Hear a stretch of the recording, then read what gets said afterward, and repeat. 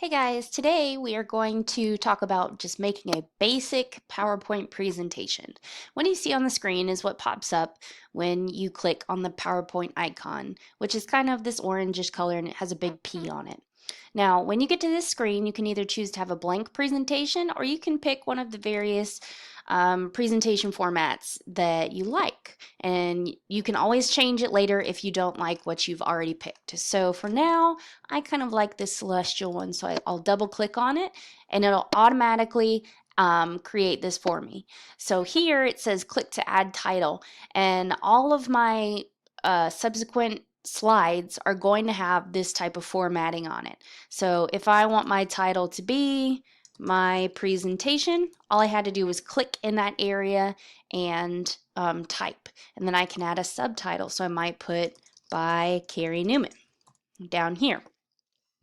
And if you'll notice, these boxes have these weird little squares on them. And the weird squares are how I'm going to manipulate and move my boxes. So if I don't want my box to be so big, I might pull it up. And if I don't want my name to be on the right, you guys already know, you got it. I can do center align, just like in Word, or I could do left align.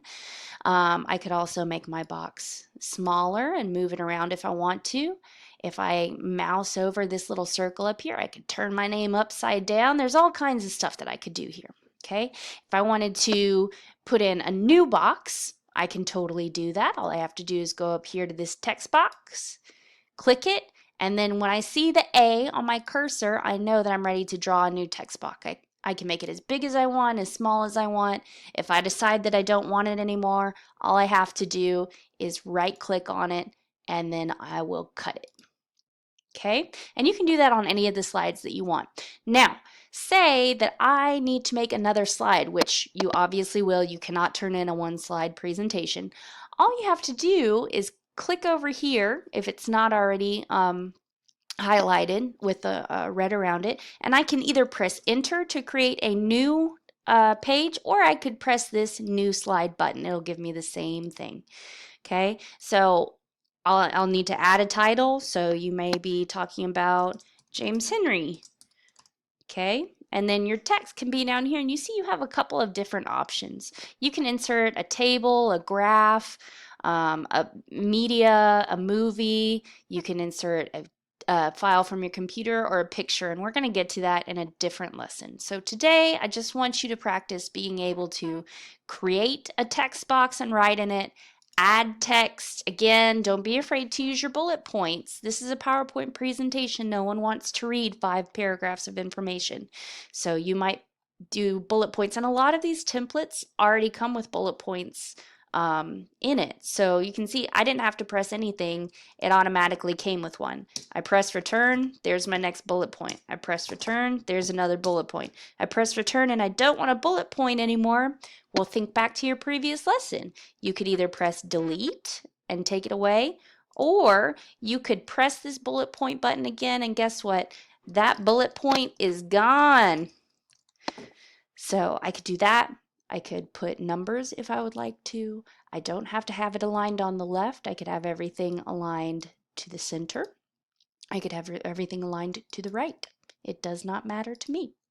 Now I'm going to show you one cool thing that you can do today with this presentation you're going to create, and that is to create a slide transition. Okay, so if I want to make a transition in my slide, I got to go up to this transitions tab at the top, and there's all these different ways that I can choose to have my slides transition, and when you click it, it gives you an example of what that's going to look like. Okay, so we don't do the transitions until we have all of the information, the text, written on our slide.